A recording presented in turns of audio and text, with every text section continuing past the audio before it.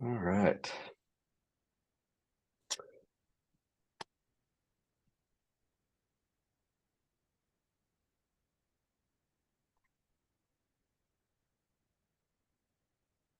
Yuri's coming also, okay? Oh, great. Oh, fantastic. Okay, good, good, good. Happy to hear that. All I have right, a little folks. presentation here. Mhm. Um, Maybe I could try to I could try to share my when we begin. I could maybe share my screen. That would be great. What I'll do is I'll do a brief introduction, introduce you and the other panelists, and then from there, hand it over to you so that you can share your screen. Okay. All right, we'll just give it a minute or so before we get started.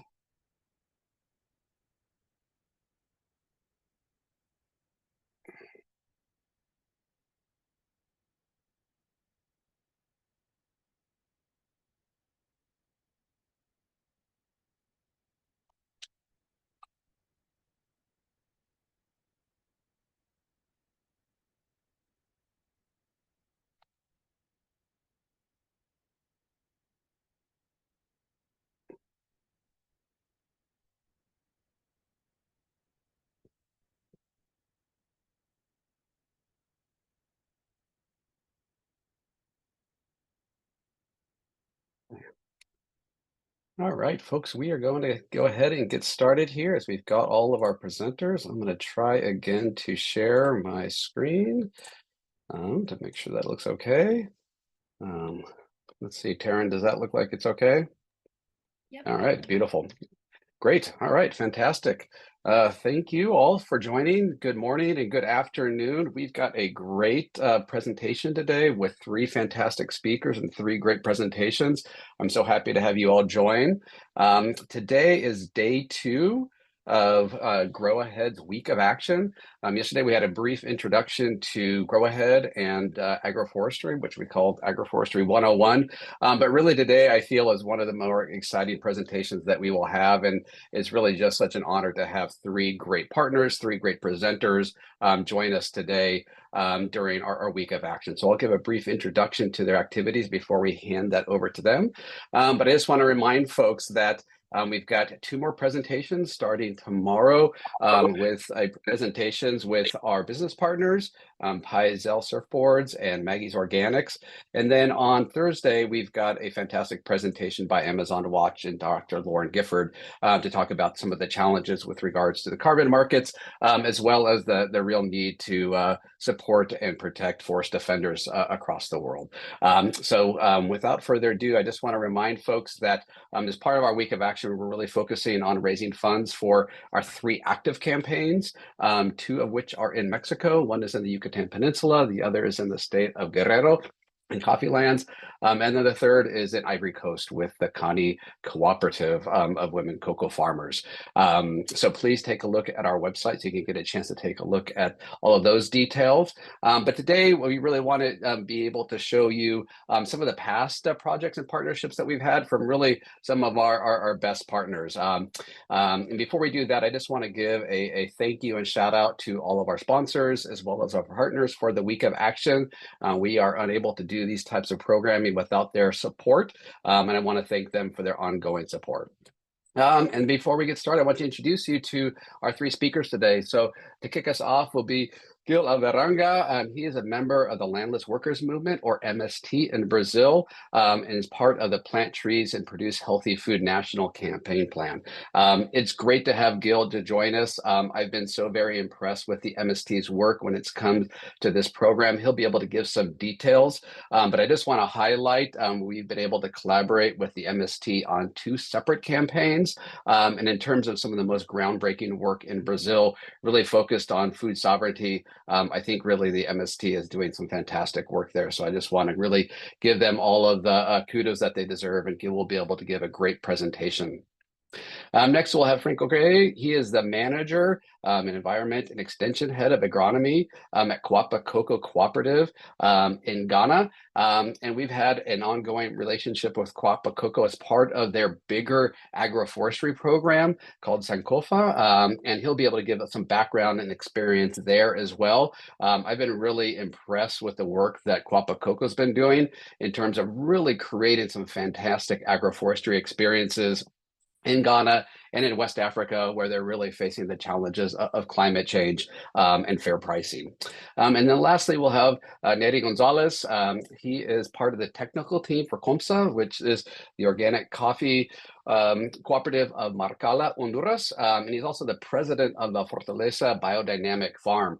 And COMSA has been one of our long-term partners at Grow Ahead, actually one of the first. And we partnered with them both in terms of agroforestry programming, but also through their agroecology scholarship program as well for training young farmers. And so it's just a great honor to have Neri here as well. And so he will round us out.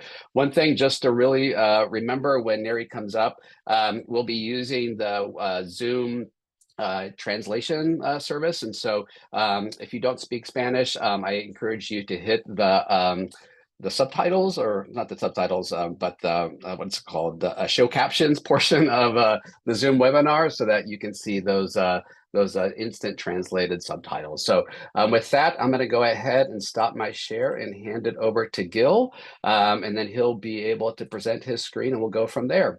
And just a reminder, today we will be doing presentations of about 20 minutes, and we'll have about a 10-minute or so question and answer period after each person's presentation, after which we'll then go on to the next presenter. So without further ado, I want to hand off to Gil. And Gil, please take it away, and please feel free to share your screen. Hello, everybody. Thank you for the opportunity. I cannot turn on my video. I don't know if you could let this. And also, I think Yuri is trying to get in. I don't know if you found him there, but he's trying to participate also. So and how do I share my screen here? Because when I go to the share thing, it says that I cannot do it because of the rule of this meeting. Okay. Try again, Gil. I think I just updated it. It should be okay. Yes, great. Okay. So can you see this screen? Perfect. Okay, let me see if I can put in the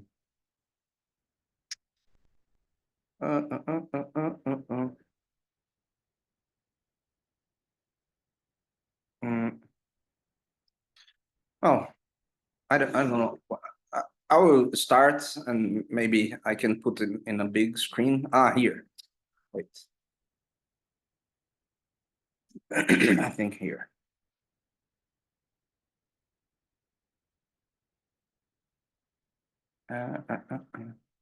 Well, anyway.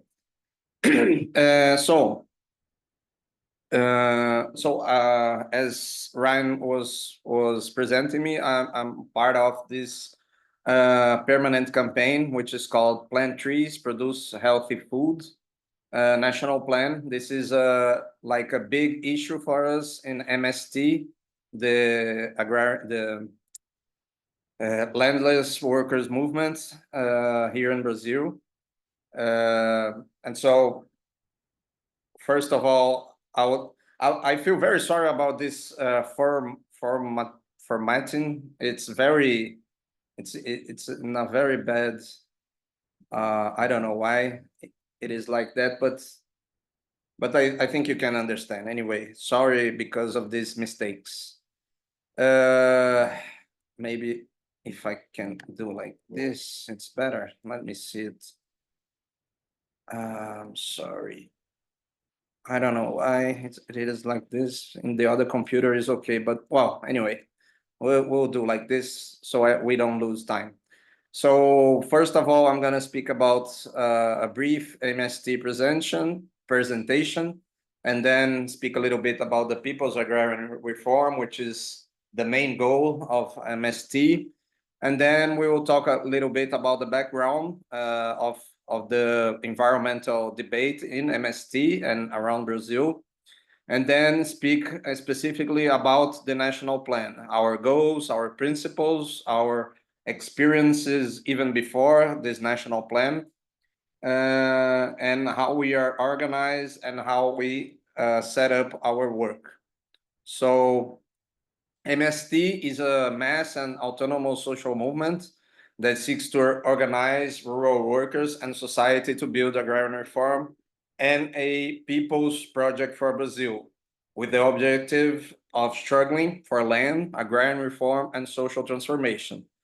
As a result of the peasant struggle that precedes MST, this social movement was established as a national movement in 1984. And so we are more than 40 years old now. What is basically people's agrarian reform for us? Basically access to land, and nowadays we have 450,000 people settled in settlements, 70,000 people camped, and we are in all over Brazil, which is 24 Brazilian states out of 27. We work with healthy food and production, so we could mention cereals, fruits, meat, milk, forest products, medicinal products, and also there are some forest product, and there is vegetables also for sure. Rural education, we have more than 2,000 schools in our settlements. We have more than 200,000 people with access to education and more than 2,000 students in technical and higher education courses, such as universities. Speaking about common goods, we can speak a little bit more later about our national plan, which is like the how do you say, how we deal with environmental issues nowadays. People's agrarian reform to ensure that land is distributed fairly, allowing more people to have access to land to produce food and support their families. Construction of a new agricultural model for the Brazilian countryside, which includes structural change in the way of using common goods in the organization of production and in social relations in the countryside. So we are speaking about youth, we are speaking about gender, we are speaking about having a good conditions to live. Our background, in other words, the history of the national plan even before it was born. So we have a big debate on environmental issues since MST was born in 1984. This was like the production of food was the very first objective of many of these thousands landless families that were camping around Brazil. Agroecology and people's agrarian reform, they are combined nowadays in our national program, which states that agroecology, people's agrarian reform is done only by agroecology and small farmer families. Environmental and climate crisis situation, and so because of all the urgency to speak about the climate crisis and how it impacts our lives and the other and the whole life around the world. So it's a necessity for us to speak and to speak about to healthy foods, the production of healthy foods and agroecology, and also for the people in general to have access to this healthy food, not only our people that produce that, but also people from like people who are living in poor situation in the big capitals, especially. What are our goals nowadays? Restoration of degraded areas and improvement of water and soil quality, and reincorporation of biodiversity. Here, it's very important to understand that Brazil is the country that buys more agrochemicals all around the world. So our people here, our environment, our soil, our water are basically very intoxicated by these agrochemicals. um, so we have to struggle against this model of production, which is basically the agribusiness, the mineral business, and that's a very big challenge for us. Mitigation of climate change with the implementation of more resilient systems. And here, once again, we speak about agroecology and family farming.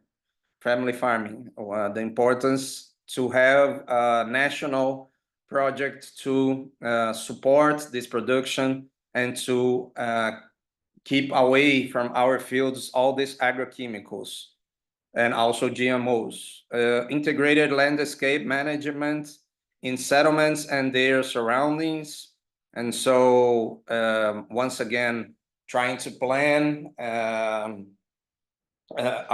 very healthy production with food sovereignty and security. So our actions to reach all that, we have the goal to plant 100 million trees. So the national plan was born in 2020, and nowadays we have more than 30 million trees already planted, and we need to plant 45 million. Sorry, no, let me make a more than 30 million trees planted nowadays, and we have until 2030 to plant another 65 million or so, 65 to 70 million until 2030, because it's a national plan for 10 years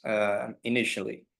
We also have the goal to have 115,000 hectares of forest and agroforest, and also 100,000 families involved, which would be something like 400,000 to 500,000 people involved in these actions.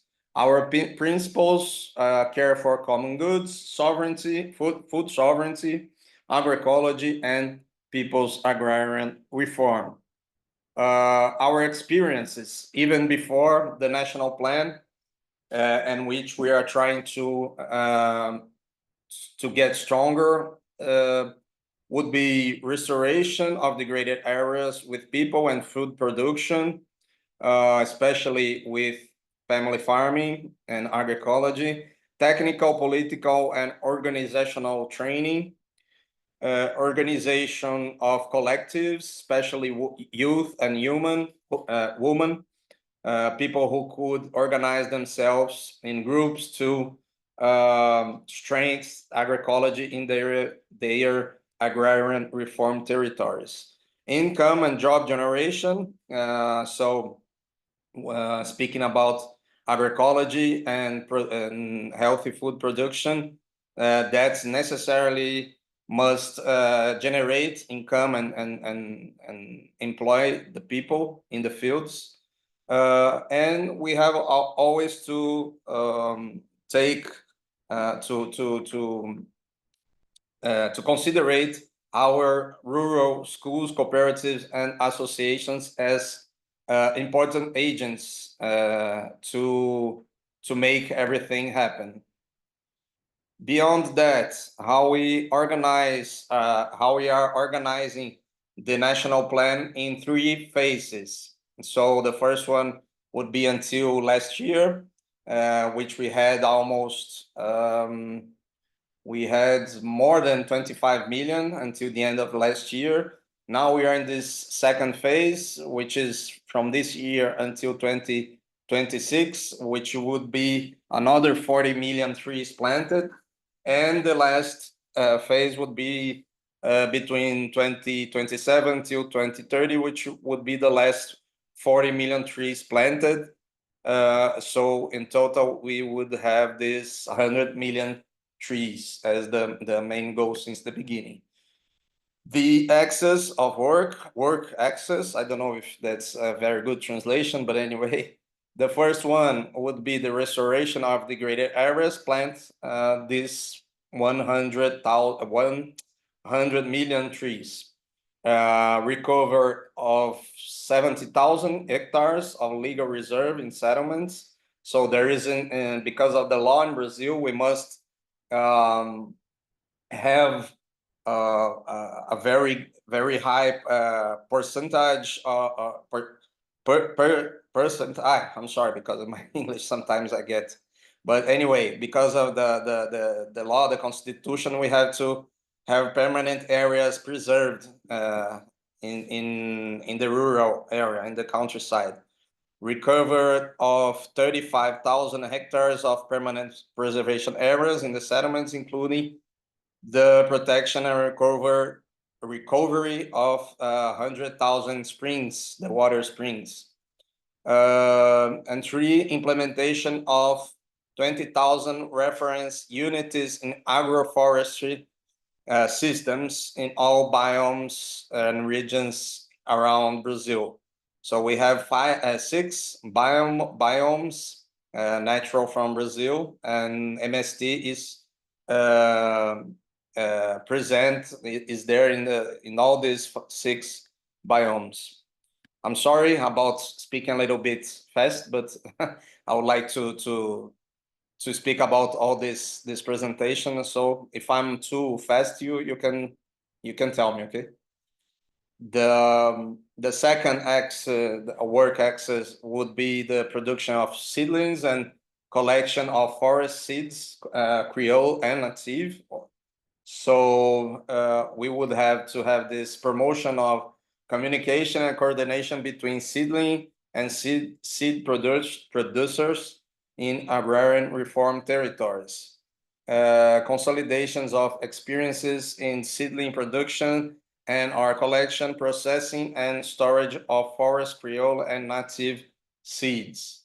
Implementation of reference units is in seedling production and work with forest, Creole, and native seeds for each biome. And we are developing many, like a national, how do I say, a national collective. We exchange experience between all these units and try to circulate the knowledge that our people with technical knowledge to get better, to get more technology, to get more understanding of how doing all this work with seeds. And that's very important. That's like the very main principle of agroecology, to have this seed sovereignty. And so this is a major point for us, and we are really trying to strengthen this work all around these big regions in Brazil. And they work a lot together with our schools, the rural schools, with the youth. That's a very important point, to have the youth with training. And this is, I think, our next point here, the third axis, the processing and selling of forest products also. So it's very important to keep the forest how not degrading our forest, and instead of that, we must have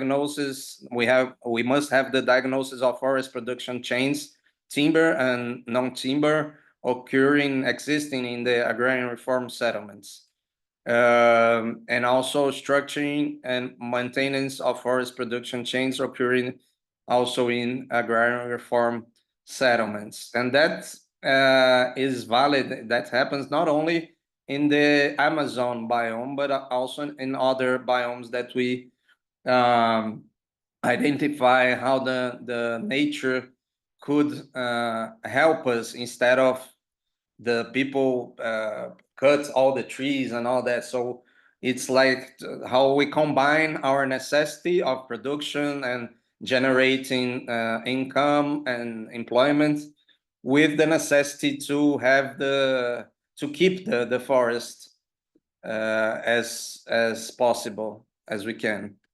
The fourth axis, the work axis, would be oh, I didn't translate that, but this would be the organizing and coordination task that we have permanently. So maintenance of a working group for coordination and execution of our national plan actions.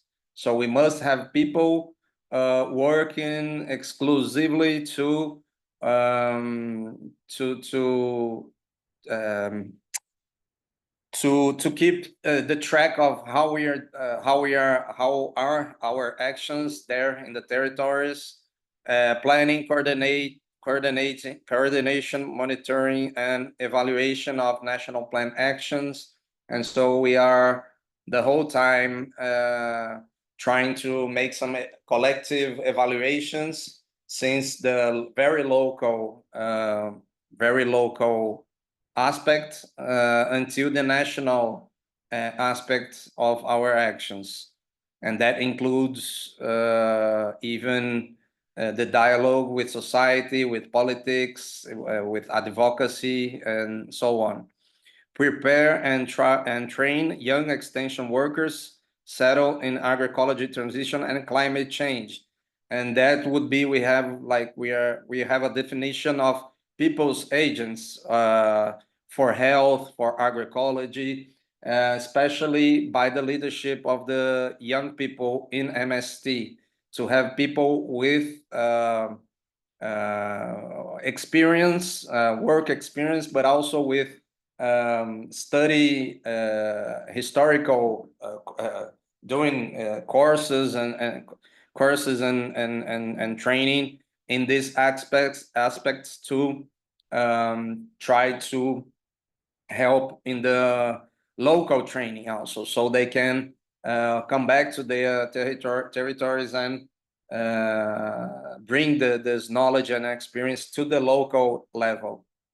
The sixth would be the communication and dialogue with society, identification of agroecological experiences that are a reference in seedling production, healthy food, seed collection, ecological restoration, and environmental education in agrarian reform territories. Since the very beginning of the childhood until the young people are turning into adults. And so the importance of the education in all levels, speaking about agroecology and the necessity of agrarian people's agrarian reform to change, to have a real social transformation in Brazil,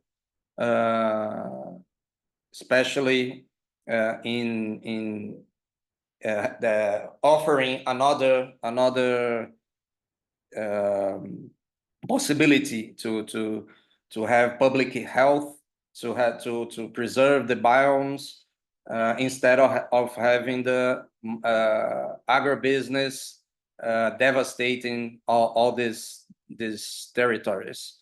Enrichment of the public debate on the relevance of environmental preservation through the dissemination of experiences and learning produced by national plan actions.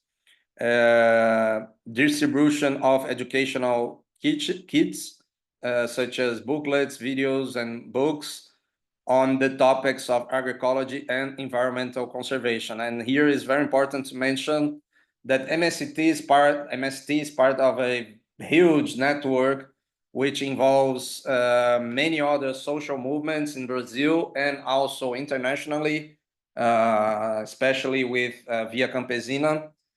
So we try to have this dialogue with society in the national plan and also international plan in two sides, denouncing how the agribusiness doesn't respect really the nature, and also announcing our project, our people's project, to preserve the environmental, the nature, and also have good conditions of life for the workers in general.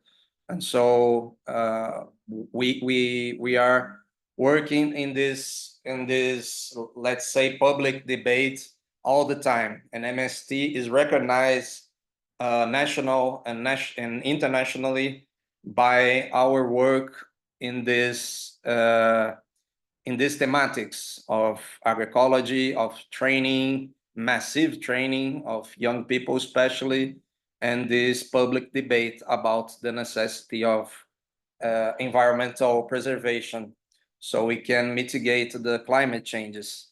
Here are some pictures about our work in the fields, many courses and workshops that we do all the time, the whole year, in many different regions and states where MST is living.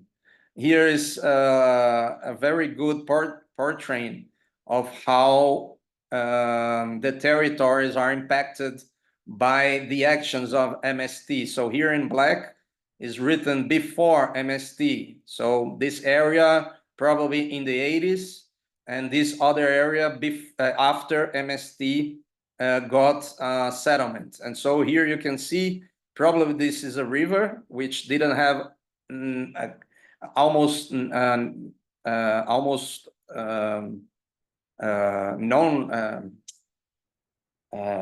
that didn't have trees, and here you can see the whole field with big trees, and for sure they have a very good food production here and healthy food production with agroecology. And so in 20 years, 30 years, you can see the whole difference in the landscaping to compare how MST really treats the nature.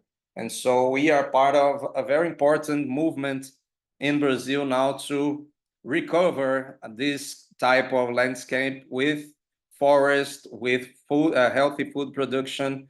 And so we are trying to show this to the society to prove that we really care about this. We are really worried about climate change and not agribusiness, which does only basically marketing when they speak about the climate crisis. So here is our contact. I can write it down in the chat later. I hope I didn't speak way too fast. That was the way I found to try to bring everything to you. I know that my English is far from perfect, but I hope you got it. And No, if you Gil, have any doubts, that was great, Gil. Thank you so much. Very, very impressive work. I think that the MST National Plan is one of the few examples I am aware of where you're able to do really large scale agroforestry and tree planting that is effective. And we'll just maybe give you one question and let you go. I know you've got a busy day. What are some of the learnings you've noticed as a result of such a large scale plan, and what recommendations would you have for other organizations looking to do something similar?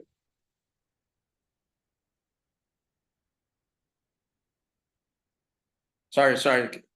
Could you ask again? Because Yuri was writing down to here to me. Okay. Yeah, no, just, this is one of the few examples of large scale agroforestry and tree planting that I know it to be very successful. And I'm wondering, what are some of the learnings that you've had over the course of the last couple of years to make it an effective program? We have we are in constant learning. So we basically we have like very big experiences now that we could um, to bring to other regions, which is they are done in partnerships with many different agents. So it could be NGOs, it could be public support. So MST is all the time. Also, we know that we must have like advocacy. We must have this work in public debate, so we can turn into public how to say state politics to support better the family farming. It doesn't depend on only on our willing to change things, but we must find partners. We must have dialogue with public powers in all levels to really make a difference. Because in Brazil, as probably in any other part of the world, the agribusiness is like have like a much bigger power and economic conditions to put their own organization to move, and we instead of that we have people. So we understand the fields, the camps, they must have people to work there. It doesn't, we are not changing the way we produce food if we don't change the way we interact between ourselves, especially in terms of work. And so to have agroecology is also to respect work laws, workers' laws, and this type of thing. They are walking together, and so it would be very important to for the society, the whole society, to understand how important it is to provide better conditions for family farming to live and to produce. This would for sure strengthen the possibility of agroecology to have massive agroecology production. And so this is a very important thing to understand, the how we can change the public opinion and the way the states are really financing what happens in the fields. This would be a very important point to debate in our vision. But anyway, we feel that we are developing many work fronts as I was presenting before, which involves massive training, which involves the youth and the woman and LGBT also. Like the gender issue is not far from it's not a way of the how we can think and do agroecology. And so to have all that combined, we must advance in the political consciousness of the society. And so that's how MST works in terms of try to get more agroecology in scale. We are speaking also about these product chains in terms of having scale for that. I'm sorry Great. if I'm No, that's great, Gil. I wish we could talk all day long. I think you've got such a deep experience, and perhaps we do a follow-up, because I think what's really remarkable about the MST experience is that it's really comprehensive and holistic. And so yeah, we've got a lot to learn for sure. But I know you've got a busy day, so I want to thank you so much for your time, and give our best to the rest of the team. And we look forward to following up soon. Great. We are very happy. I'm very sorry about this rush, but we are very happy to participate here. We will still be at total at your disposal. We can do another agenda like that, and Well, you know how to reach us, and if you Yes. need any other information, if you have any other doubts, you have my contact, and so Ryan can share our contact, and we will be happy to get in touch with everybody else. So thank you once again, and we'll keep in touch. Great, Gil. Thank you so much. Thank you. Very good. All right, we're going to move on to our good friend Frank at Kuapa Kokoo.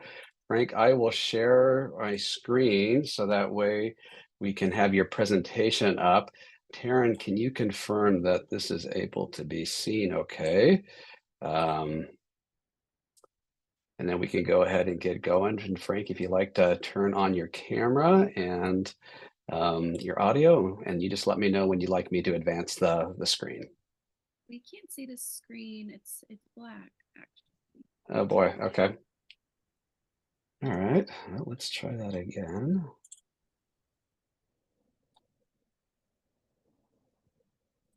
Hello? Hello, Frank, how are you? I'm fine, and you? Good, good, good. All right. Let's see if I can share the screen. I'm not sure why it's not coming up. All right, apologies. Okay.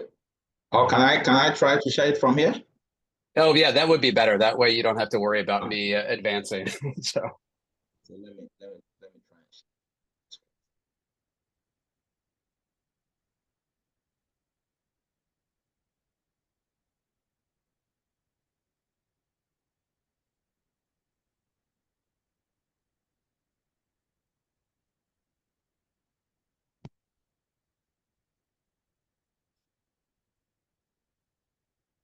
Can you see my screen? okay, I think that looks good. Yeah, if you can put it in full screen mode, that might make it a little bit easier to read. But yeah, thank you. That's great, Frank. Please proceed. Okay, so hello everybody. I'm Frank Okyere from Kuapa Kokoo, Farmers Union, based in Ghana. And what we do, my presentation will be focused on who we are, and then our sustainability development programs. And then we'll look at Grow Ahead specifically based on the interventions that we have with Grow Ahead. And then we'll show some of the achievements we've had since 2001 that we began this partnership with Grow Ahead. And then some few challenges, recommendations, and conclusions. And then we look at some pictorials of the work that we've done so far. So Kuapa Kokoo, we are a farmer-based organization, a cooperative farmer-based organization that was set up in 1993. Now, it started with about 2,000 farmers, and over the years, we've grown to over 100,000 farmer membership. Now, we are based within 6 regions of Ghana where cocoa is produced. We have our members scattered across the 6 regions of Ghana where cocoa is mainly produced out of the 7 that you can find cocoa in Ghana. And our primary activity that we do is cocoa production. So we do certification as a cooperative entity. Our core mandate or our core work is producing certified cocoa beans, either fair trade or Rainforest Alliance. And currently, we've also gotten our first certification in organic in some of our areas. So we do 3 certification, fair trade, Rainforest Alliance, and now organic cocoa. Now, we are one of the largest cocoa producer farmer groups, if not in Africa, maybe, yes. But in Ghana, we are the largest. Mainly, this is what we do. We have 5 key thematic areas that when you come into Kuapa Kokoo, we focus on. We do child protection and ethical labor interventions. We do what we call productivity enhancement. Here, with productivity enhancement, it talks about the environment, our production processes, where we make sure we produce under friendly environmental conditions, we protect our environments, and anything that happens with cocoa production and the environment, that happens under, we termed it as productivity enhancement, and then environmental sustainability or protection. And then we have health service that we give to our members, and then we have a department that we call the gender mainstreaming. They deal mainly with how to empower our women. Although it's gender friendly, it allows men to also participate in some of the activities that is done. But the primary aim is to ensure that we bring our women up at equal levels with our men. So this is where I want to when it comes to Kuapa Kokoo, I want to introduce Kuapa Kokoo to. Now I'm coming straight into our agroforestry services that we provide. Now in 2021, we had a partnership with Go Ahead to make sure that we plant trees within one of our societies that we call Offenso. Offenso, this is the geographical location of Offenso and the communities where we work. Offenso is closer to the transition area of Ghana. So when you are coming up north, I think it is the interface between the transition and then the forest zone.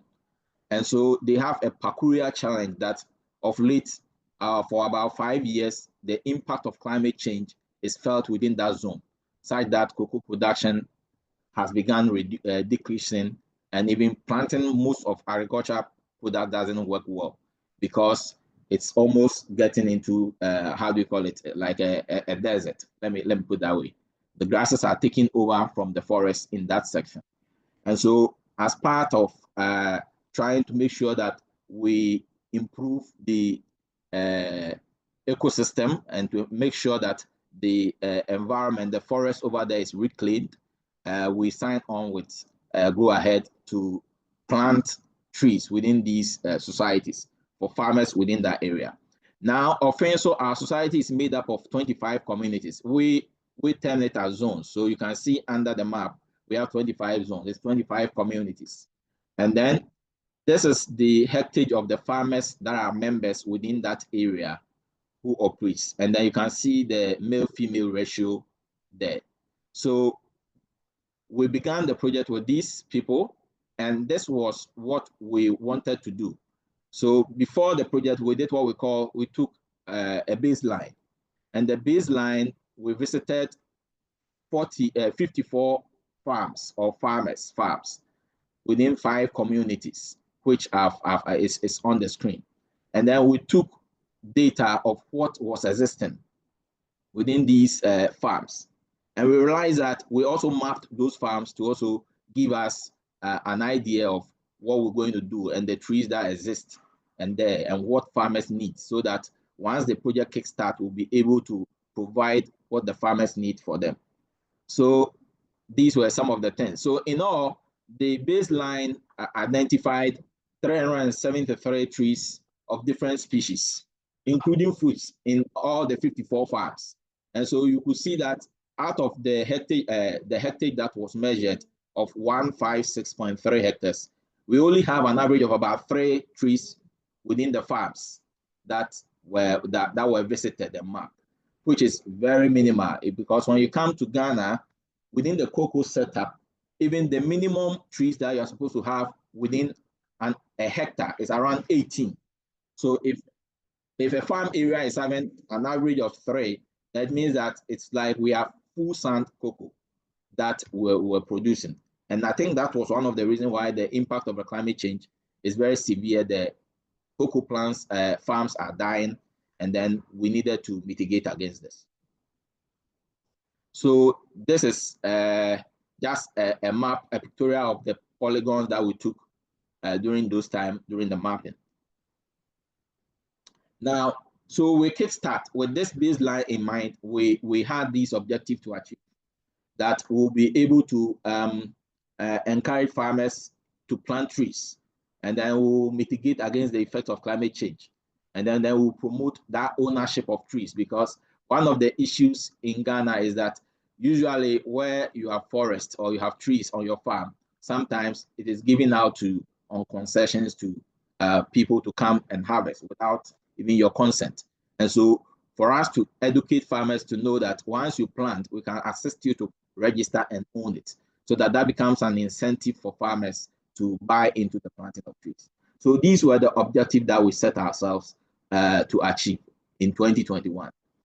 And I must say that out of the expected outcome that we expected was that at the end of the 2-year program, we expected that we'll be able to reach at least 500 farmers. We're being, when you look at the figure there, it was around 2,500 or so farmers, but we were conservative that we should be able to target 500 farmers to go into the agroforestry processes. And then we should be able to plant 150,000 tree species, and then 3,000 fruit trees within the period. And also to train about 75 lead farmers who then take up the habit of nursing the trees and then selling or giving it out to farmers post the project for sustainability sake. Now, and when you look at the initial heritage of the farms, which was on the map, you could see that the entire farmers had over 4,833 hectares that we wanted to plant these trees. Now, after we started in 2022, where we started with the planting of the trees, after we've done the sensitization and everything, we were able to plant 76,000 that year out of the 80,000 that we procured. 76,000 was distributed to farmers, and then 2,754 fruit trees were also distributed. Now, farmers that benefited were totaling 1,008 that took part that year to plant the trees. And then we continued the following year. We did not procure. The following year, the training took place, so we were able to train the 75 farmers, lead farmers, and they did the nursing of the 70,000 nurseries. And then at the end of the day, we were able to distribute 68,650 to over 1,516 farmers. And I must say that even though the project was for the 2 years for us to plant, even this year, which was 2024, our monitoring exercise revealed that farmers still are yearning for the trees. So we were able to supply a few of them, about 100 of them, 6,000 seedlings in addition for them to plant. And our monitoring over the years have shown that the trees that were planted are doing really well, growing vigorously well, and then farmers are happy with that. One thing that has come out of this project is that for us, we thought that we're going to plant within the cocoa farm. So we're going to do 2 approaches. One within the cocoa farm, and then along the banks of the cocoa farm. But then on starting this, we realized that farmers who have land decided to plant on pure stand, and they are doing marvelously well. The way when you go around and you see how the pure stands are doing is encouraging. And that is making so many farmers interested to plant trees. So these are some of the nurseries that we raised in the process. During the you can see mostly we use the pickups or the care truck to support us in distributing it to the farmers. So when we take it to the community, they offload and then they share and take it to their farms and do the planting themselves. So these are pictorials of some farmers who received or benefited from the interventions. Now, so at the end of the year, as at now, we've been able to map 3,365 farms that planted the trees. That belongs to 1,060 farmers. And then the male-female ratio is broken down there. And then as part of the process, we were to map or take coordinates of every tree that we plant, so that we'll be able to have that tree register and support the farmers to register them with the forestry division. That process has kickstarted, which we are on. And as of now, we've been able to take only 21,628 coordinates of the trees that we planted. And mostly the coordinates we are taking is for the almost the first year 1 farms that we are on. And so far, those farms that have been mapped, this is the hectare or the hectare that is covering 1,702 hectares of farms that they planted the trees, and these ones have been, how do we call it, have been mapped, or the coordinates taken. So these are some of the pictorials of some of the farms that we visited. So those that are 3 years, you can see some that are a year, some that are 3 years, and like that. That's succession. And some of the farm, when you enter, you even wonder whether this farm, these trees were planted 2-3 years ago. They are growing so fast, depending on the soil or the land. It influences the way the plant grows, and the space the plant also influences that, and that is doing so well. So these are some of the map farms, and then the trees that that coordinates that have been taken. So you can see over the area where we have a lot of polygons with the showing. The red ones are mostly the tree coordinates that you see in there, and the blue ones are the polygons.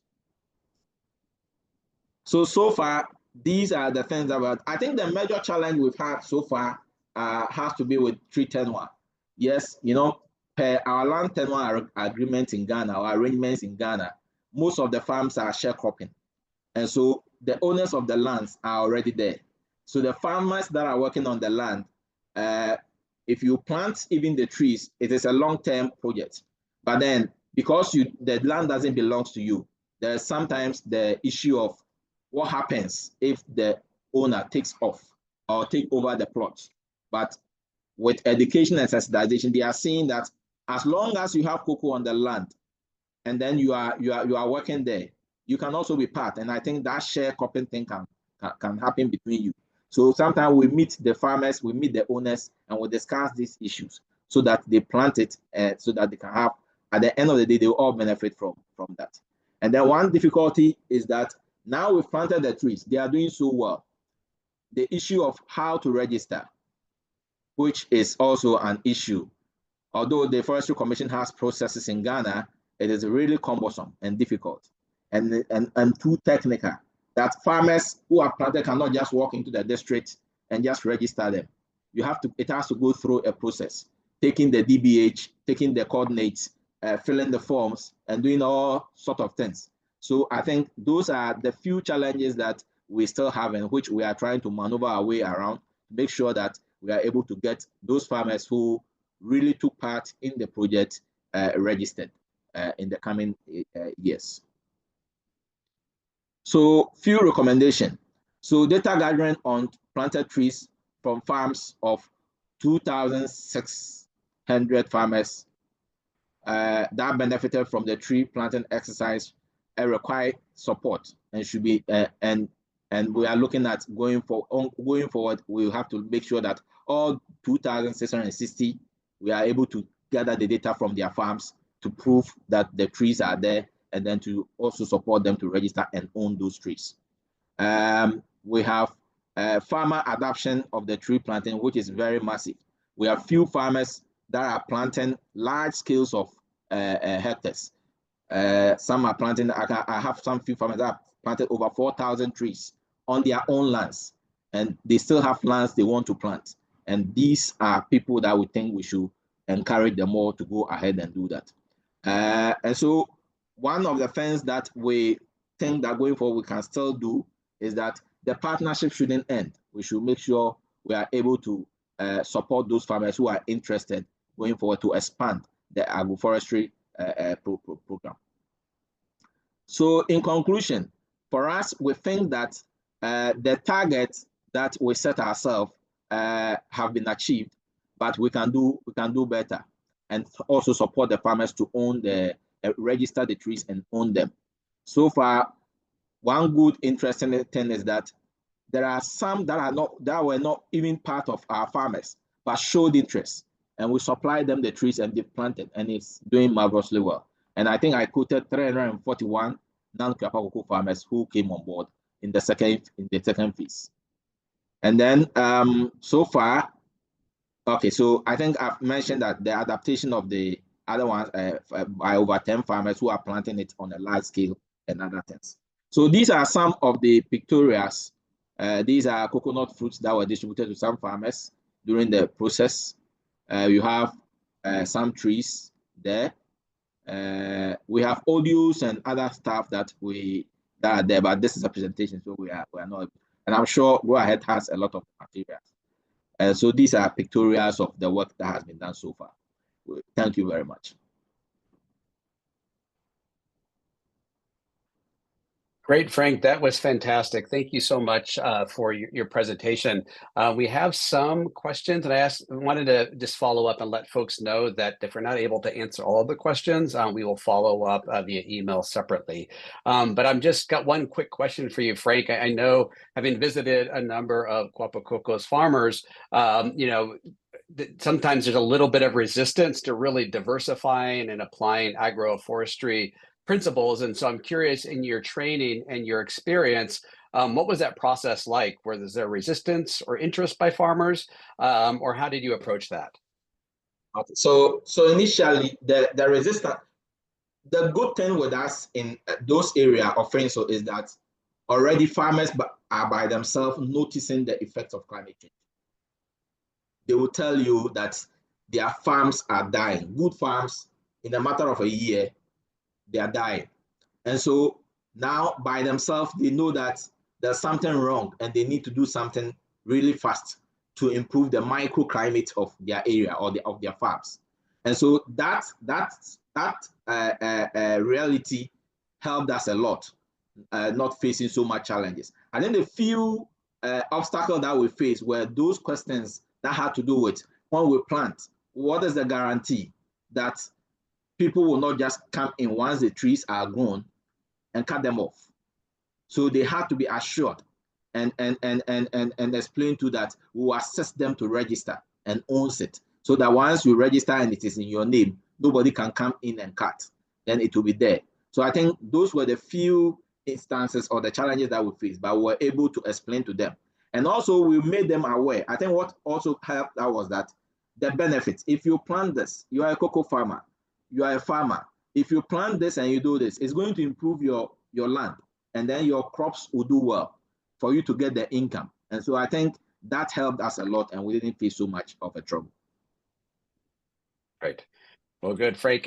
Unfortunately, we don't have much time for additional questions. I do know Abbas has sent a few, which we'll follow up and respond accordingly.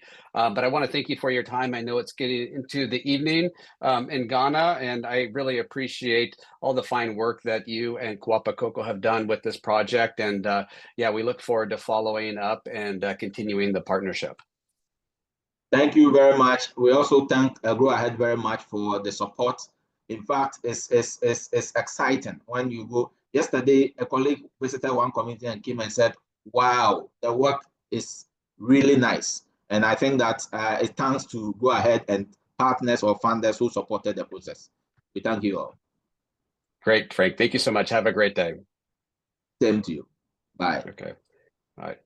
All right, next we have our third and final presentation from our friend Neri Gonzalez from COMSA. And with that, I'm going to invite Neri to present. As mentioned, we are going to be utilizing the translation function under Zoom. So if you don't speak Spanish, please be sure to utilize the caption function, and that should automatically translate it from Spanish to English. But with that, we'll hand it off to Neri. Neri, te invito a compartir tu presentación y empezar cuando ya estás listo, y para cualquier cosa nomás me echo un grito.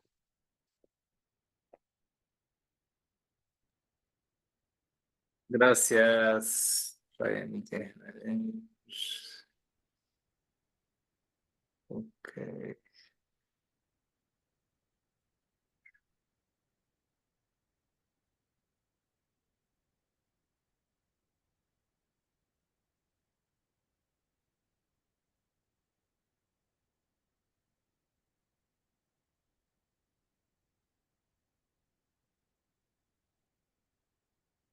¿Sí se ve la pantalla? Sí. Sí, se ve. Okay. Buenos días, buenas tardes, buenas noches. Mi nombre es Neri González y estamos actualmente con COMSA, Café Orgánico Marcala. Es una organización de pequeños productores, 1.600 productores que son socios de COMSA. Y estamos ubicados en Honduras, principalmente en una región, bueno, bastante fresca y tenemos alrededor de 2 departamentos, que es lo que cubrimos principalmente. COMSA tiene alrededor de unos 23 años de ser fundada y hemos estado haciendo un trabajo de vamos a ver si podemos presentar. Ok, ahí está. Básicamente en agricultura orgánica, y ese trabajo ha sido muy correlacionado al tema de la reforestación y cuidado de la diversidad en general. Nuestro objetivo en términos de reforestación es contribuir a la regeneración de los ecosistemas. Principalmente hemos trabajado con finca de los productores y hemos incorporado especies forestales de diferentes tipos, y hemos estado trabajando con las que tienen un alto potencial para la fijación de carbono. Y ahora hemos estado trabajando también con especies que tienen multipropósito, que son en madera, también algunas que pudieran ser leña, y el tema de las flores para las abejas. Y esto ayuda a que haya una mejor interacción de la fauna, principalmente la local. Y también estas acciones han tenido un objetivo de adaptación al cambio climático para mejorar los sistemas de producción de los productores. Dentro de las acciones que hemos hecho, bueno, hemos arrancado desde la selección de la semilla, todo el establecimiento de los semilleros, los viveros, y la distribución de las plántulas con los productores. Una vez que hemos hecho eso, sigue ya el trabajo de seguimiento tanto a nivel de la empresa como fuera con los productores, y el seguimiento constante con el equipo técnico que tenemos, alrededor de unos 10 técnicos que estamos monitoreando el trabajo de reforestación en fincas. Estas son parte del trabajo que tenemos acá del vivero. En el fondo podemos ver vamos a ver acá, si puedo. Acá al fondo podemos ver que son lo de los semilleros. Entonces, hemos estado usando una tecnología también que es de plástico para evitar también poder como usar árboles para esta actividad. Entonces, estamos usando un plástico que más adelante voy a explicar. Una vez que hemos pasado con todo el proceso del establecimiento de los semilleros viveros, viene la actividad de la distribución de las plántulas con los productores. Esta es una actividad que lo hacemos en conjunto con los responsables de Finca La Fortaleza y con la unidad del equipo técnico. Son los que nos van mandando por grupos de los productores y en función y se les va distribuyendo en función de la capacidad que tiene cada parcela para poder darle a los productores. Aquí estamos entregando estas plantas. Y luego después de que se hace la entrega, ya la responsabilidad cae en el productor. Aquí es que cada productor tiene la responsabilidad de establecer las plantas dentro de sus cafetales o en sus colindantes, y el mantenimiento y el cuidado. Entonces acá tenemos plantas que están recién establecidas y tenemos plantas que ya hemos trabajado, digamos, tiene 4, algunas 5, y aquí tenemos algunas que hemos trabajado también con Grow Ahead, que ha sido un aliado importante, y tenemos ya plantas que están con un buen crecimiento en estas parcelas. Acá tenemos una productora. Algo importante de mencionar es que hemos estado trabajando con muchas mujeres. Muchas mujeres están plantando bastantes árboles maderables y frutales y otras. La actividad, una vez que ya hemos hecho la actividad, digamos, a nivel de finca La Fortaleza o a nivel de COMSA, se da el seguimiento con los productores. Básicamente se va monitoreando el tema de las parcelas, cómo va el mantenimiento y la adaptación de las diferentes especies y invitar a los productores también a charlas y cursos que damos en términos ambientales. Entonces se da mucho el tema de las capacitaciones con responsabilidad ambiental. Ahí se habla un poco de la importancia de los árboles en los sistemas de producción, no solamente café. También hablamos sobre la importancia del cuidado de especies nativas, por ejemplo, como el pino que vemos en la imagen, de cómo podemos adaptar nuestros sistemas de producción a la vegetación natural. Luego le estamos dando también todo el seguimiento a un plan de adaptación al cambio climático. Y algo que nos ha funcionado muy bien es que podemos compartir, digamos, un productor líder comparte sus experiencias con otro y eso ha ayudado a que más productores se sumen a la iniciativa de reforestar y de cuidar los bosques. También hemos hecho actividades a nivel comunitario, no solo a nivel de finca. Sabemos que la finca está conectado a ecosistemas más grandes y en este caso, bueno, actividades comunitarias hemos hecho como ver algunas que están en riesgo,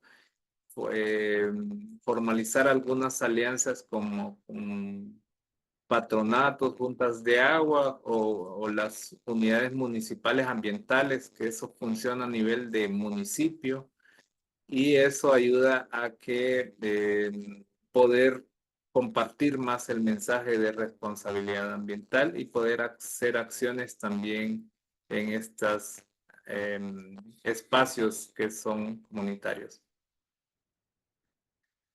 Dentro de los aspectos de mejora ambiental que nos trae el tema de la reforestación, de entrada es un tema de adaptación, ¿verdad? Buscamos que nuestros sistemas de producción tengan una mejor adaptación. Incrementamos los sumideros de carbono tanto a nivel de la planta como la fijación de carbono a nivel de los suelos. También tenemos el tema de mitigación. Ahí buscamos un poco ser más, incrementar la biodiversidad y la interacción entre las diferentes especies y también diversificar un poco con las diferentes especies de tanto maderables, frutales, árboles de sombra, poder tener diversificado el nivel de sombra para las fincas. También tenemos sostenibilidad en la producción del café. Buscamos que sea sostenible y que mantenga las calidades de la zona. Recuperación de la fertilidad del suelo. Este ha sido nuestro objetivo principal desde la agricultura orgánica. Buscamos recuperar la fertilidad del suelo y las actividades de reforestación también nos contribuyen a este propósito. Y por supuesto buscamos que haya una mejora del ingreso de los productores, ya sea que haya menos pérdidas en la calidad del café o haya no haya tanta variación en la producción entre un año y otro. Los árboles mantienen microclimas y no hay como ese efecto de cambios bruscos de temperatura entre el día y la noche. Eso nos ha ayudado. Y lo otro es que como hemos ido estableciendo también frutales, nuestras productoras van dando valor agregado a estos otros productos. Entonces ya vamos generando otros ingresos. Vamos a ver acá. Ok. Este es más o menos como nuestro mapa, de donde nos encontramos. Nosotros estamos ubicados en La Paz y desde ahí hacemos como varias acciones hacia los otros departamentos. Acá tenemos un listado de municipios donde es que mayormente hemos llegado con las actividades de reforestación. Hasta ahora, bueno, hemos estado trabajando alrededor de unos 5 años, y seguimos trabajando en estos aspectos. Cada año vamos agarrando en fincas nuevas o de las fincas que hemos trabajado años anteriores, vamos revisando también para ver si hay que repoblar o reponer algunas plantas. Tenemos alrededor de 12 municipios en los que hemos estado trabajando. Son 185 comunidades que están ubicadas, alrededor de unos 948 productores, digamos hombres, 350 mujeres y alrededor de unas 2.200 hectáreas de café que hemos logrado llevar a cabo en los últimos 5 años. Todavía nos hace falta incrementar, hay alrededor de unos 1.600 productores, entonces todavía nos queda por complementar un grupo de productores. ¿Qué tenemos? Esto se logra gracias a que tenemos diferentes aliados como Road Ahead, bueno, COMSA. COMSA es como la plataforma donde los productores llegan. Tenemos también el tema de las certificaciones y gracias también a muchos de los consumidores en Estados Unidos, en Europa y en diferentes partes del mundo que nos compran el café, así que con ese pago adicional que recibimos por tema de certificaciones podemos hacer estas actividades de reforestación. Y por supuesto tenemos los aliados comerciales y como World Health que nos ayuda a poder complementar estas actividades de reforestación. Esta actividad, si bien se hace a nivel local, digamos, entre COMSA productores, se hace en un punto específico o a nivel de la comunidad, pero sabemos que este es un beneficio compartido porque el oxígeno que estamos produciendo en esto no tiene límite, no tiene frontera, así que es un global, digamos, es un beneficio global. Igual el carbono que estamos capturando por el establecimiento de estas plantas también tiene un beneficio a nivel global.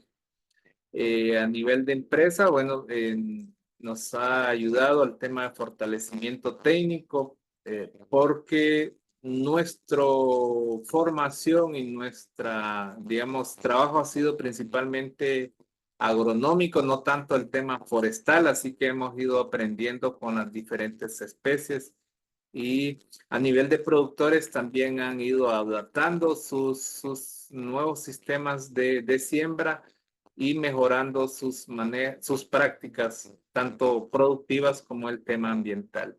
Y al nivel de comunitario que buscamos el tema de las compensaciones ambientales. Hemos tratado de diversificar nuestras especies. Sabemos que en la naturaleza encontramos una gran diversidad y buscamos siempre como adaptarnos a la naturaleza, es decir, no sembrar un solo tipo de árbol para que no sea como muy monótono y además cuando diversificamos también hemos visto que los pájaros o la interacción es más digamos compleja, entonces hay una mejor incluso la movilización de los nutrientes, entonces eso nos ha ayudado también Por eso estamos incrementando diferentes tipos de árboles, unos de crecimiento muy rápido, unos que son más arbustos y tenemos también otros son de sombra y el tema de los frutales. A nivel de COMSA, bueno, hemos estado trabajando en establecer algunos indicadores relacionados a tema de proyectos, levantamiento de información de lo que se va haciendo con los productores y el tema de la gestión de la información y generación de informes, que es parte de los proyectos que vamos haciendo. La capacitación al personal técnico en estos temas ambientales, en temas de reforestación, en temas forestales y la educación ambiental, tanto para los colaboradores como para los diferentes productores, hijos y diferentes aliados que se tienen. Entonces podemos ver una de las fincas también, ya podemos ver plantas que ya tienen 4 o 5 años de haber sido establecidas.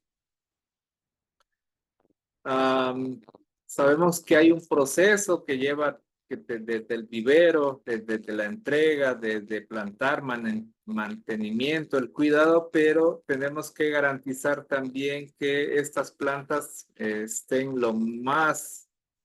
el tiempo mayor posible en finca y hemos creado otras acciones, por ejemplo, el de trabajar el tema de educación ambiental, que es el manejo de los desechos, principalmente plásticos, y con estos tratamos de generar algunos ingresos para muchas comunidades, para muchas personas.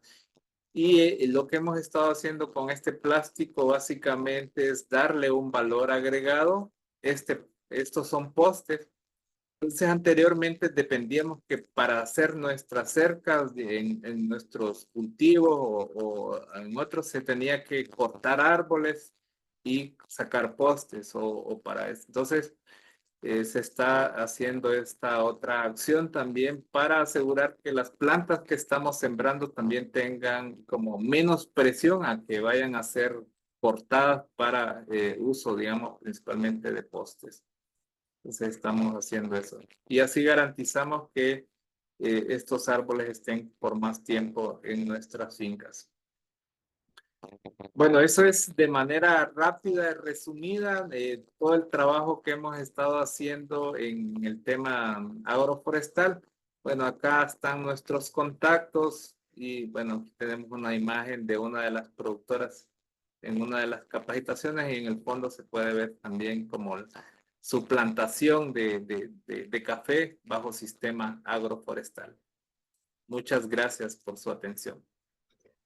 Oye, Neri, mil gracias. Qué bonita presentación. Pues nos queda muy impresionados todo el trabajo que han realizado a lo largo de la historia de COMSA.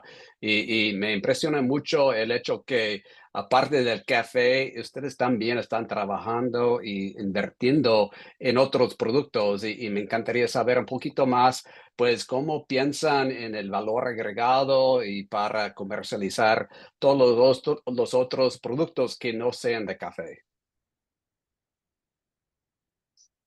Sí, ahora hemos estado trabajando en el tema de formación con los productores, mucha capacitación y motivándolos a que generen, digamos, por un lado ingresos, pero también generar como nuevas iniciativas empresariales de manera asociativa.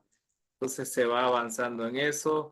Y bueno, en el caso de CONSA se va buscando cómo darle mayor valor agregado al tema café, como el tema de la responsabilidad ambiental que ha sido parte desde su nacimiento, digamos que se ha sido buscar la mejora en esos procesos, digamos, de aprovechar el 100% de los subproductos del café. Y ahora con estas otras iniciativas que van más relacionadas al tema ambiental, con un compromiso ambiental, pero también buscando generar valor agregado y algo importante es generar empleo en las comunidades.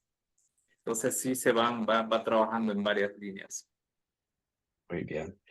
Bueno, ya que COMSA tiene una larga historia de todos los trabajos de la cultivación orgánica, biodinámica, y la diversificación, se ha notado, una diferencia entre los socios de COMSA y los vecinos que tal vez están implementando prácticas un poquito más convencionales. Ya sé que ya tienen la historia del hongo de la roya en los cafetales y también tienen los huracanes y otros impactos de cambio climático. ¿Se ha notado una diferencia entre los productores de COMSA y las otras regiones? Sí, hay una diferencia. De hecho, hay muchos productores que nos han comentado de que ahora sus parcelas están bastante bien, digamos, ante la presión de la roya. Y sus vecinos están como bastante preocupados porque la presión, digamos, no solo de la roya, sino de otras plagas es más fuerte. Entonces, incluso algunos técnicos de algunas instituciones de café acá en Honduras han estado diciendo, no, pero es que el manejo de él es orgánico, pues ha sido más integral y por eso resiste más. Sí ha habido, y de hecho, como ha sido un trabajo un proceso ya tiene más de 15 años, entonces muchas de las fincas se ha ido regenerando su suelo y se ha ido equilibrando el ecosistema. Entonces, hay una mayor resistencia del café ante las plagas y enfermedades. Y algo interesante también es que muchos de los productores ahora están trabajando con las variedades que tienen buena calidad, pero que son, digamos, susceptibles ante roya y otras plagas. Y eso dice, bueno, es que ya no nos preocupa porque el detalle es como se está trabajando suelo, se está trabajando bajo enfoque orgánico, entonces estos cultivos tienen una mayor resistencia. Muy bien. Y una última pregunta por parte del compañero Cole. Pues quiere saber si COMSA ya está dedicando a vender los otros cultivos y cosechas aparte del café por parte de los socios, o los mismos socios tienen que buscar su lado por donde vender sus otros cultivos aparte del café.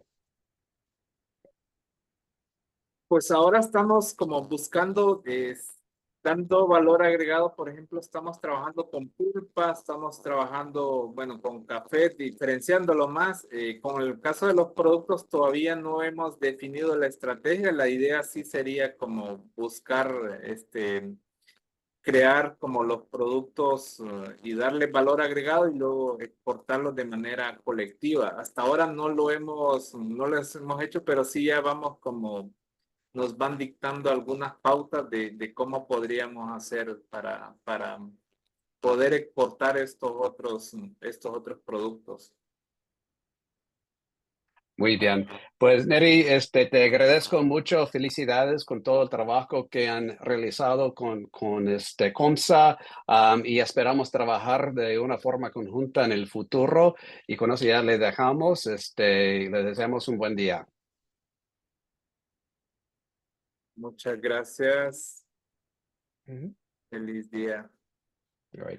And I want to thank everybody who has joined us today. We've had some really great presentations. Hopefully, you've learned a little bit more about our partners and some of the work that they're doing, and really diverse experiences in agroforestry, different experiences, different local contexts, and different approaches. And so I think one of the big takeaways here is that agroforestry is a great model, but it gets deployed in different ways depending upon the local context. And I think all of these partners have really demonstrated great ways to implement a model that both responds to the needs of the local communities as well as that of the environment. And so with that, we are going to call it a day. I want to thank everyone again and invite you to join us. We've got 2 more great days of webinars starting tomorrow. And please visit our website for more information or to sign up. Thank you so much and have a great day. Take care.